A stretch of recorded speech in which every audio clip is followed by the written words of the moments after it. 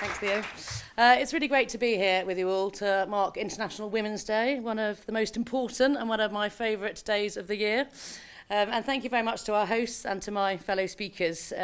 First of all, the Global Partnership for Education for your leadership on this vital agenda, and particularly I'd like to thank Julia for being an inspiration to girls worldwide and for really working tirelessly to secure girls' education through GPE and far beyond, including through the Platform for Girls' Education. We're really grateful for your support. I'm delighted you'll soon be hearing from Akuja, team leader of our UK aid-funded education South Sudan programme. And Akuja is a really impressive advocate for girls' education and is proving really that amazing things can be achieved, even in the most challenging of contexts. And of course, thank you to Theo and to CGP for all your work to ensure that Britain remains a force for good in the world.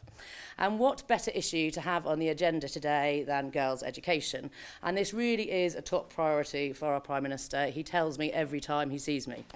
And standing up for the right of every girl to have 12 years of quality education was a commitment in the Conservative manifesto, and investing in girls' education truly is the answer to many of the world's problems and a means through which Britain can ensure that we continue to be a force for good in the world.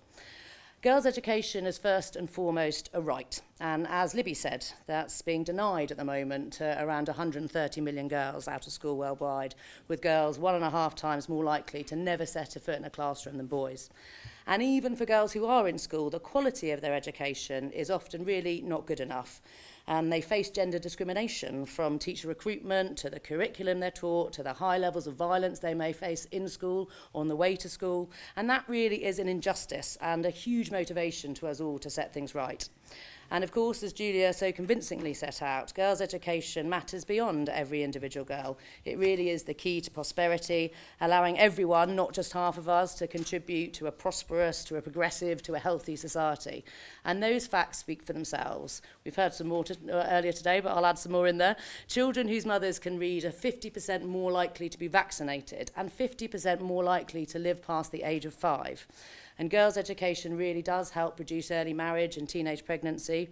Girls' education grows economies. We know that for every year of schooling, women's earnings could increase by up to 20% in their lifetime.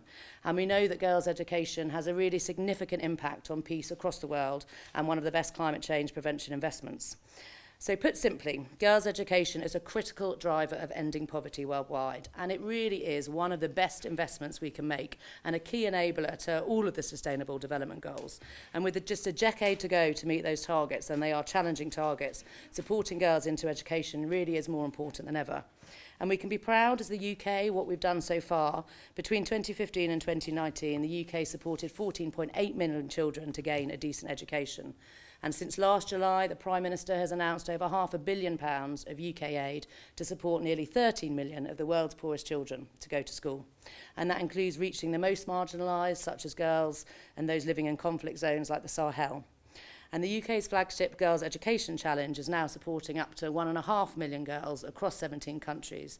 And that programme targets the most marginalised girls to ensure that they don't miss out on all the benefits that a quality education can offer. And we have significant investments through our DFID country offices, for example, in Ethiopia, in Nigeria, in Tanzania, delivering education results with a focus on girls. The Platform for Girls' Education, of which Julia is a member, chaired by our Foreign Secretary, has published papers to add to the global evidence of what works on girls' education. And just last week, there was a new paper reporting on the importance of the transformative political leadership we need in order to promote 12 years of quality education.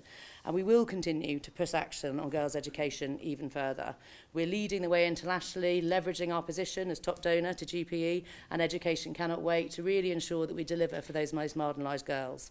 I'm delighted that the UK is going to be hosting the new International Financing Facility for Education as an innovative mechanism to make the money for education go even further. We're targeting new support to the most marginalised girls. We're bringing together our work on addressing child marriage, on FGM, period poverty, violence against women and girls, and comprehensive sexuality education to put girls at the centre of our approach. And we will step up our efforts to bring others along with us. We've got a really exciting year ahead of us. Opportunities at the Commission on the Status of the Women this month, the Commonwealth Heads of Government meeting in Rwanda this summer, and of course COP26, which the UK will be hosting in October. And that's really going to help us push our agenda forward. Our new Secretary of State at DFID will set out these plans in detail later this month. I'm afraid I can't stay for the rest of the event. I've been double booked with a big meeting on FGM, which, as I say, is a really another vital issue that we need to address in order for girls to thrive.